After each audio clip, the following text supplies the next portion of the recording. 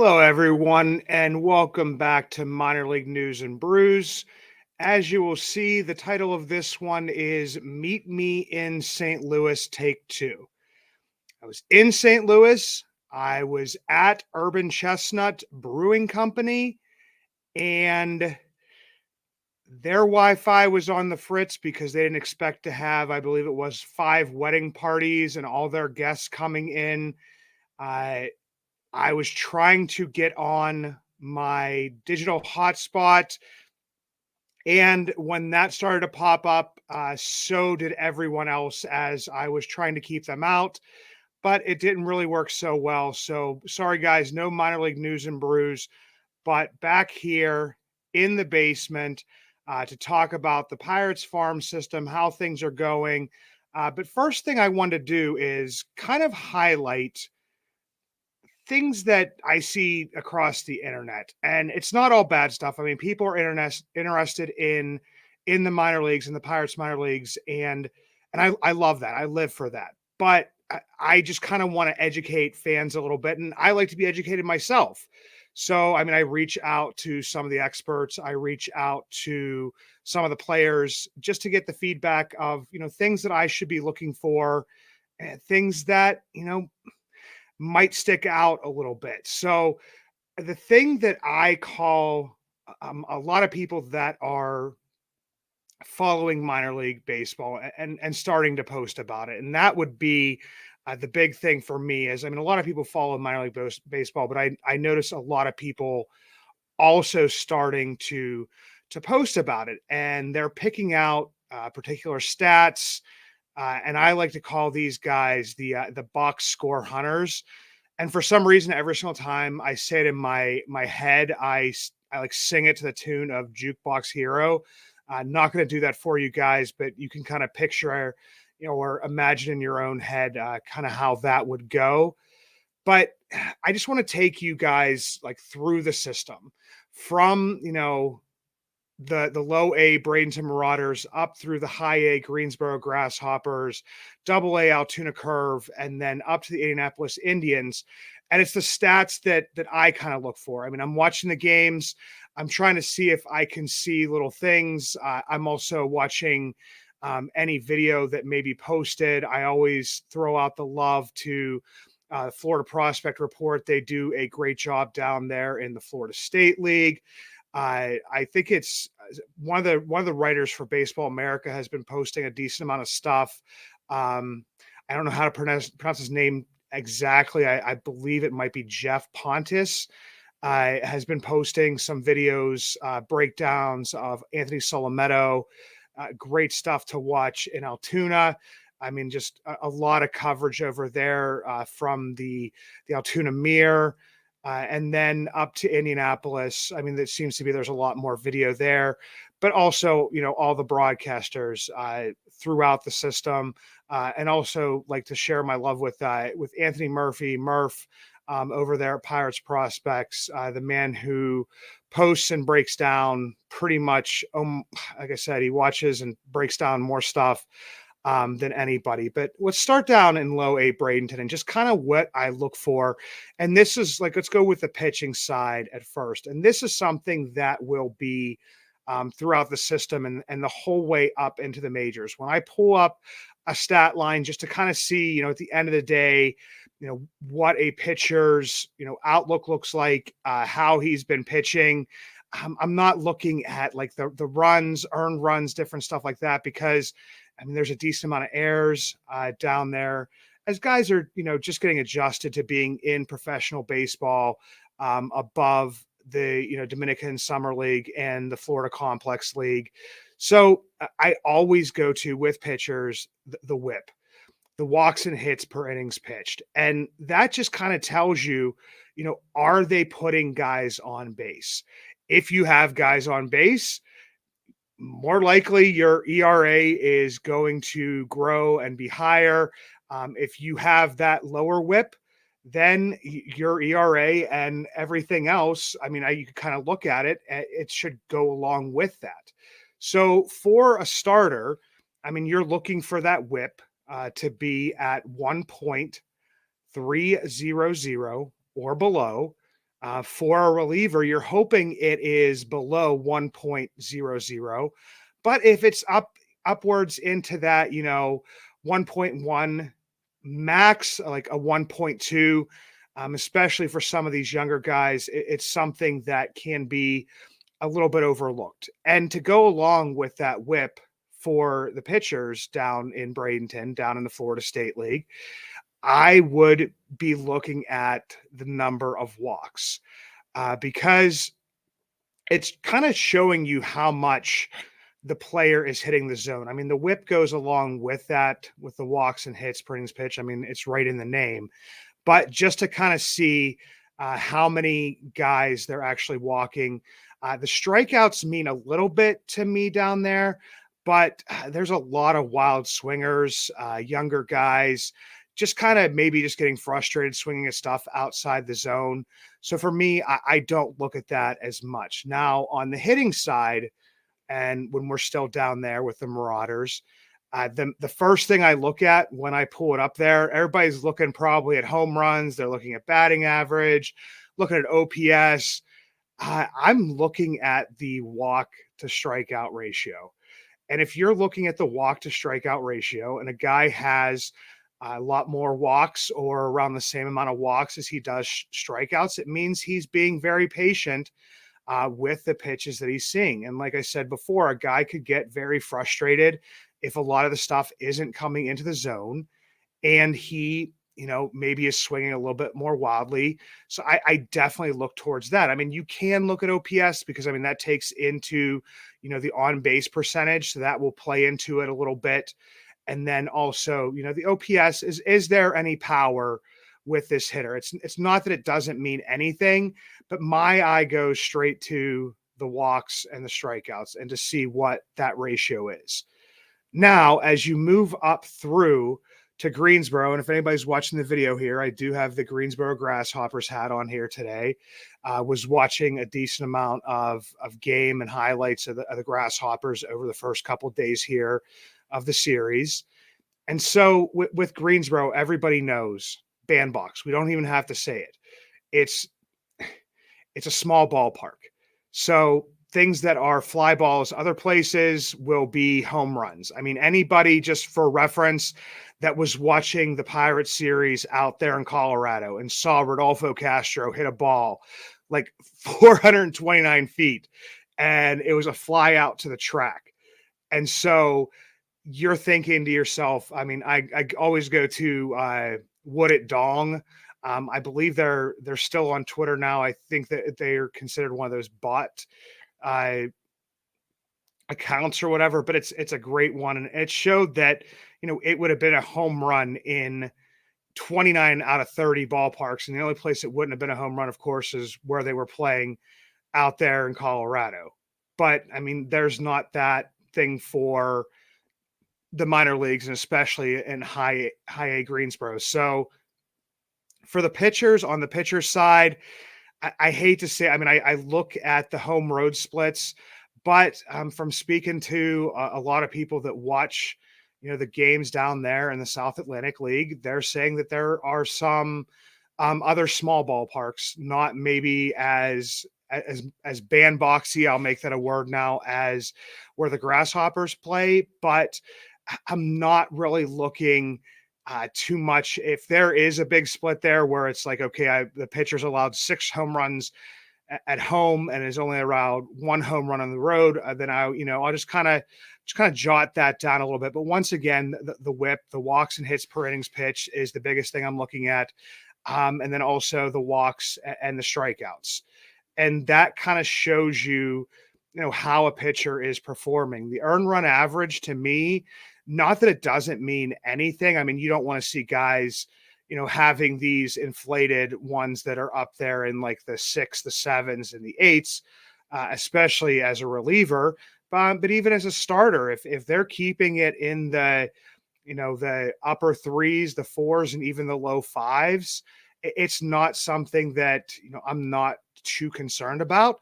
Now, if it's down below 3, then we're definitely keeping our eye out for that, because, you're putting everything together and trying to figure out, what type of pitcher that you may have there. On the hitting side, I don't even look at OPS in Greensboro. I hate to say that I don't. I I go straight once again. I go to the walk and the strikeouts. The walks first, and then the strikeouts. May look at batting average a little bit just to see the type of contact that they're making.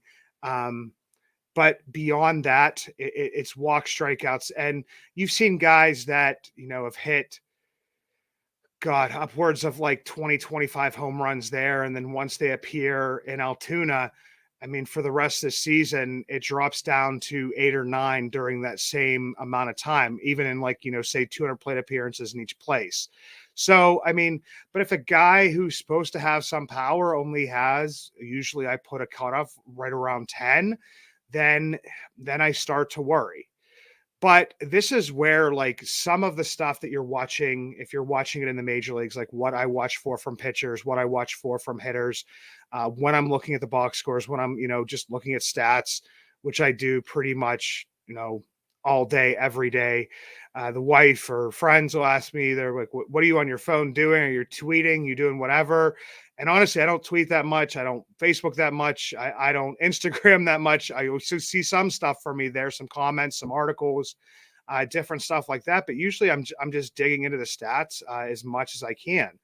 So once you get up to Double A Altoona for pitchers, I'm starting to look at, the normal quote unquote metrics and stats that you would be looking for from somebody on the Pirates. Once again, like I said, throughout the system, the first thing for a pitcher I go and I look for that whip. And once again, to remind you guys, below a 1.3 for starters, below at least probably a 1.1 for relievers at that point in time.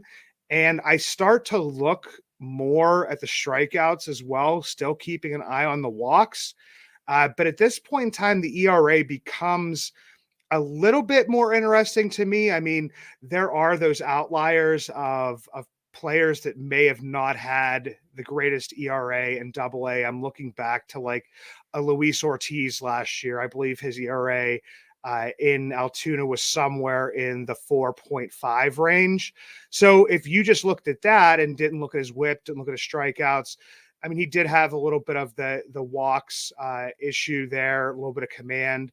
But I mean, if you just look straight at the ERA and you went down through their list, you'd be like, okay, well, he's probably about the third or fourth pitcher that I'm going to be looking at, and he probably should have been the first or second. So I do start to look at ERA a little bit, but always just not putting as much emphasis on that. And then for hitters, this is the first time where I start looking at OPS. I go straight to the OPS, and I'm looking to see how much power they have, and putting that in conjunction with the on base percentage. Are they slugging?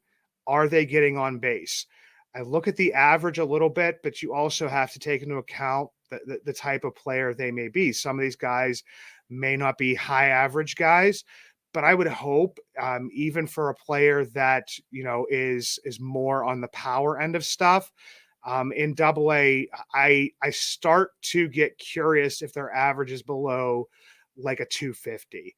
I like to see it up above the 265 for those power hitters, because I mean they should be advanced enough that they should be getting more hits, more doubles, more singles, whatever it may be, along with the home runs for a power hitter. But I definitely start to look at the OPS a little bit more.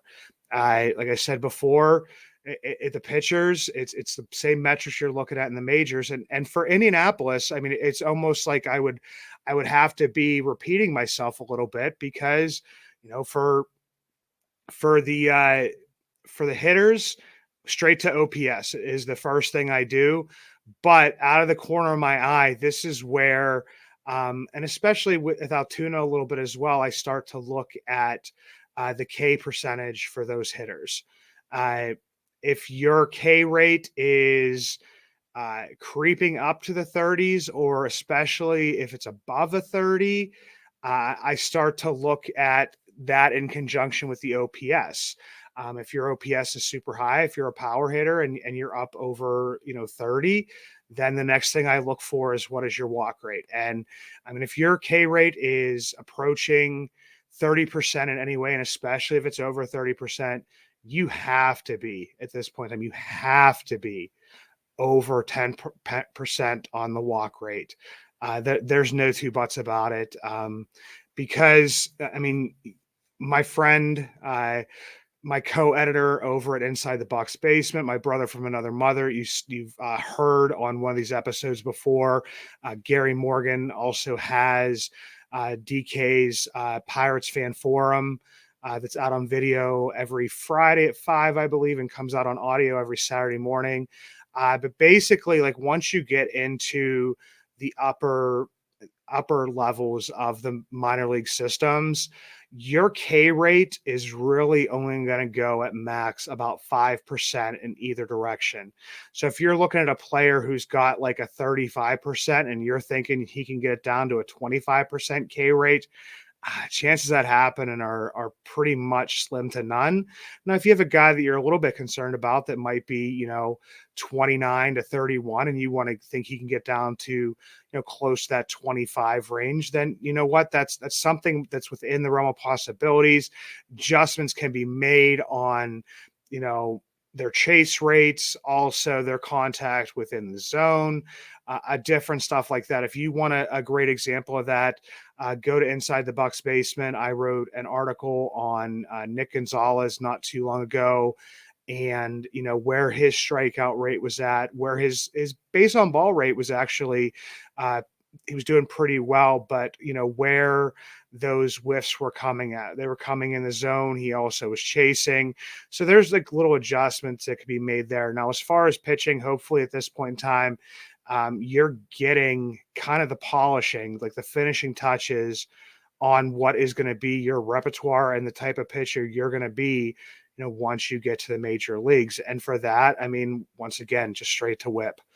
What does your whip look like? I'm looking at like, a Luis Ortiz. I'm looking at a Quinn Priester, a Cody Bolton from the relievers, Carmen Mlodzinski reliever, a lot of guys, is Colin Selby. I mean, there's just so many that you're looking at. But for the starters and for the relievers, I'm looking at the whips.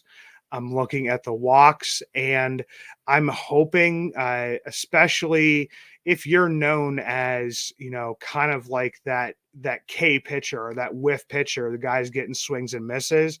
I mean, I'm really hoping that your Ks per nine is above, 9. I'd like you better be striking out at least, one batter per inning at that point in time, because I mean, like once you get to the majors, when we had, I believe it was Jack McMullen on here, broadcaster for the Indianapolis Indians, also over at Just Baseball Media, we had him on, and we were talking about, some of these guys maybe swinging at your slider that's out of the zone.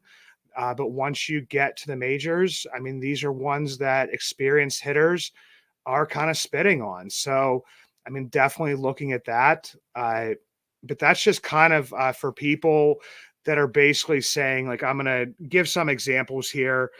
Pulled some guys up, right before this.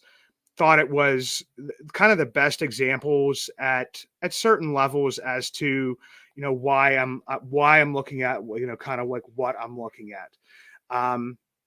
Like I said, a guy I watched a ton of tape. I shouldn't say tape because I don't watch tape. I'm not a scout. A guy I watched like breakdowns and videos and game film and stuff from was Anthony Solometto. And Anthony Solometto, I mean, if you look at it, like the guy is generating a decent amount of swing and miss. In 12 innings pitched, he has 16 strikeouts. So there's the good stuff right there. But like I said, I would have went to the whip first to kind of see, to gauge where it was at. And this is an extreme small sample size. In 12 innings pitched, his whip's at a 1.50. I mean, that's obviously going to have to come down. A lot of people, the old school people would look at his ERA, the 5.25. Like I said, in Greensboro, it's not going to worry me too much, but I like to see it lower. I mean, and with him, you're looking at his age. He's possibly, playing up a level, 20 years old. Most of the guys he's facing are, a decent amount older than him. They're guys that have some experience, probably against a decent amount of college pitchers. So that's like a guy, from Greensboro that I would be looking at.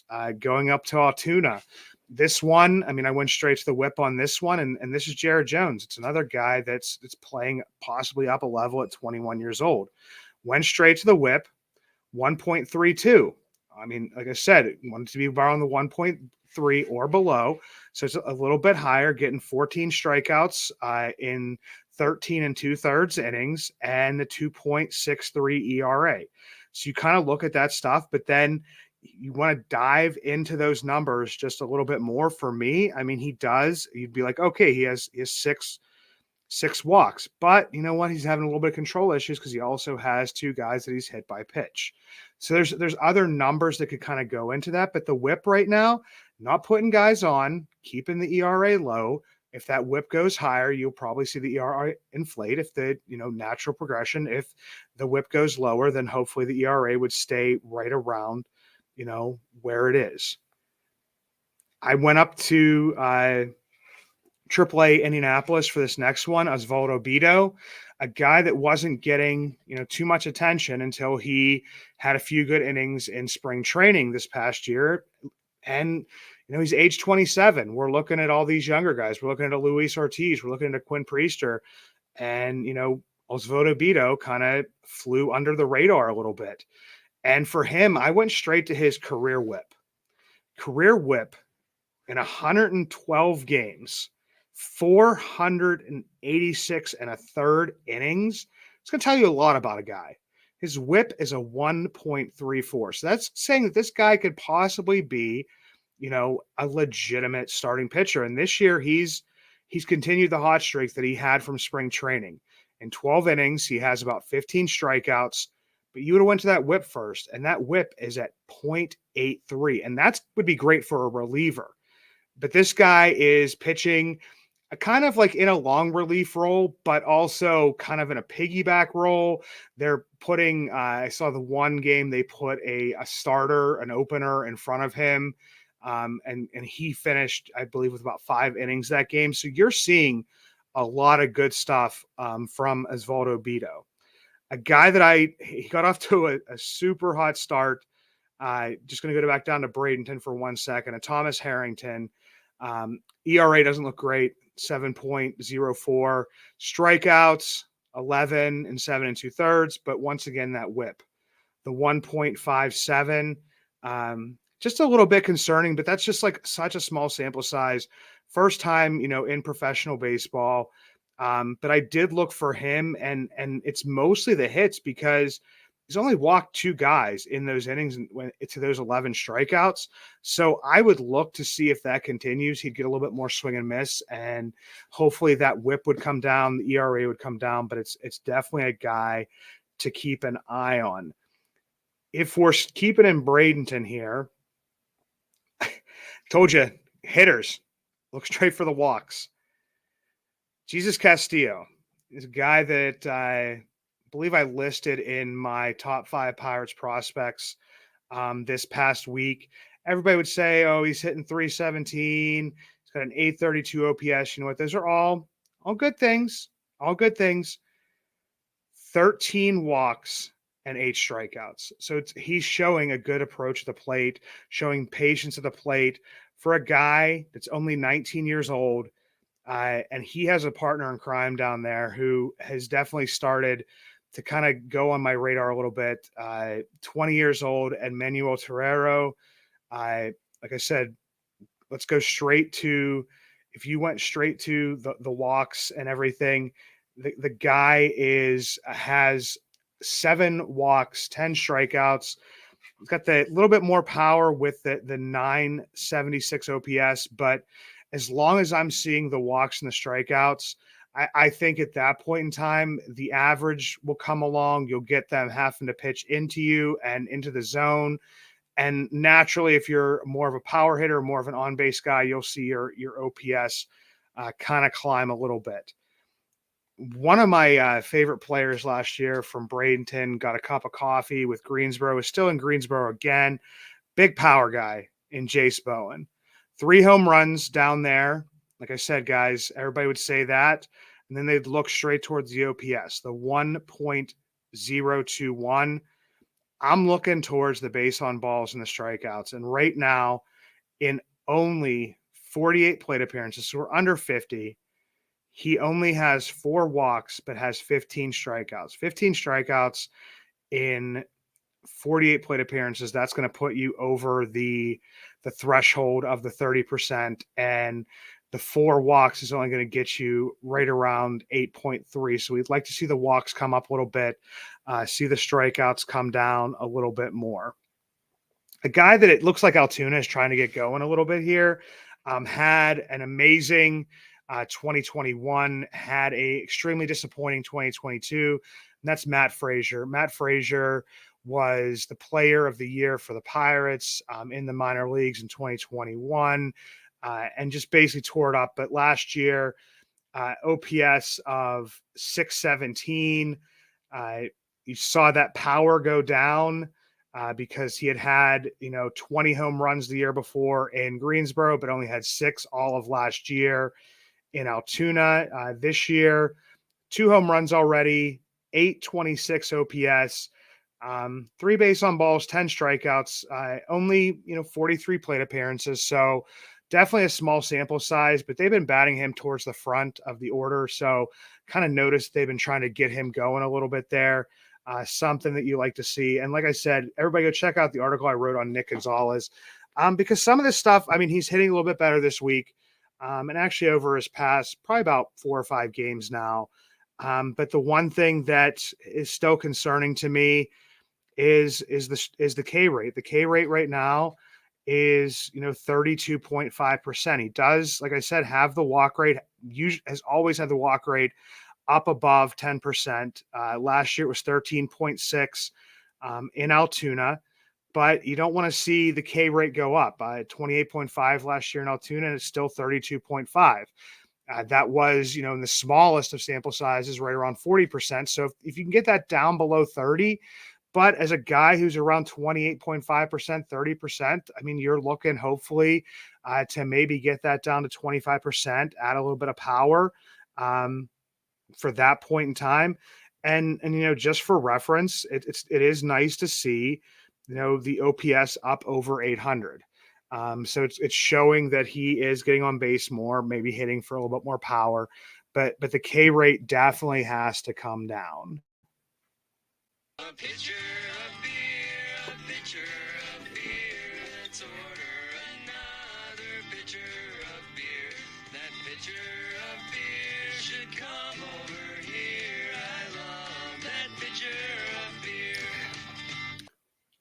All right, guys, it's time for those beautiful beer reviews. And like I said, I was at Urban Chestnut, tasted some beers there, brought back some beers from there. And the one that I've been sipping on a little bit here, but since I've been by myself and just been talking this whole time and probably rambling, I haven't been able to sip as much, is the number 6 Stan Musial Classic American Lager, the pride of Denora, Pennsylvania.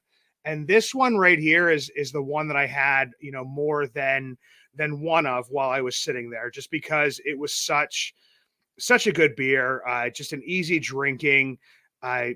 Comes in right at about a 4.5 on the weighted based on batting average. I gave it a 425, adjusted down to a 375. Definitely just a very good beer. I mean, I said, everybody, the pride of Denora, Pennsylvania, if anybody didn't know that, Stan Musial, it's a good beer. It's a good honor. So if you go to Urban Chestnut, if you're ever out there in St. Louis, check it out. Next, we're going to go with the first beer I ever had from Urban Chestnut that my sister-in-law and her husband had brought for me when they traveled from St. Louis.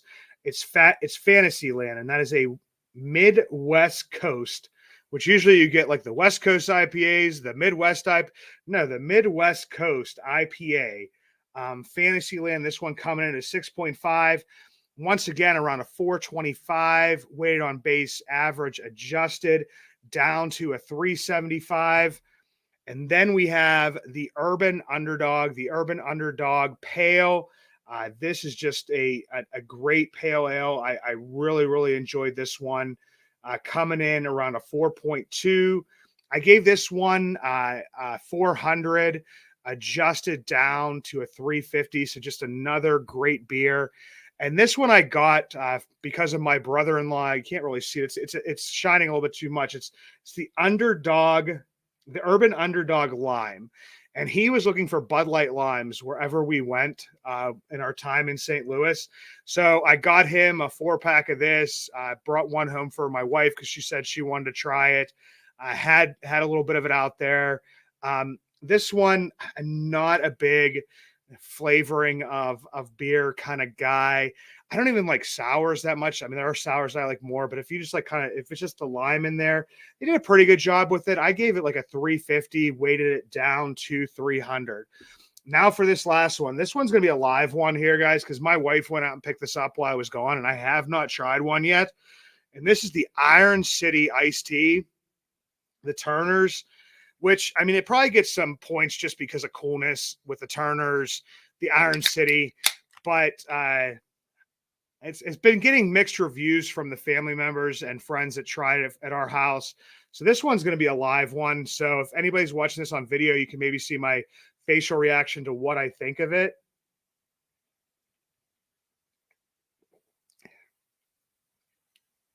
I don't know what to think of it.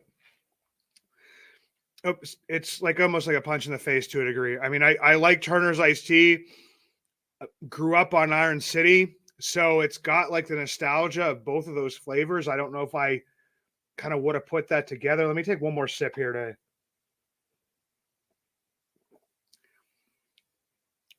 Okay, not as heavy. Maybe I gotta like turn it over and shake the next one up because it got a huge hit of the iced tea the first time I tried it, and then this time on the second sip, it definitely wasn't as much.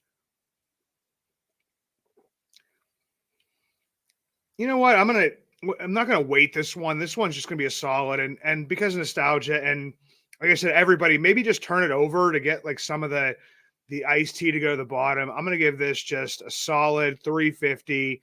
Um, it's one that you're gonna have to try for yourself.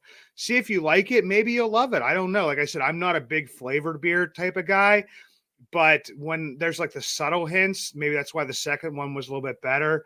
But for you, anybody that doesn't out there, please go follow at Buck's Basement, follow Minor League News and Brews, follow all the guys I mentioned in the show, follow all the minor league teams, the Marauders, the Grasshoppers.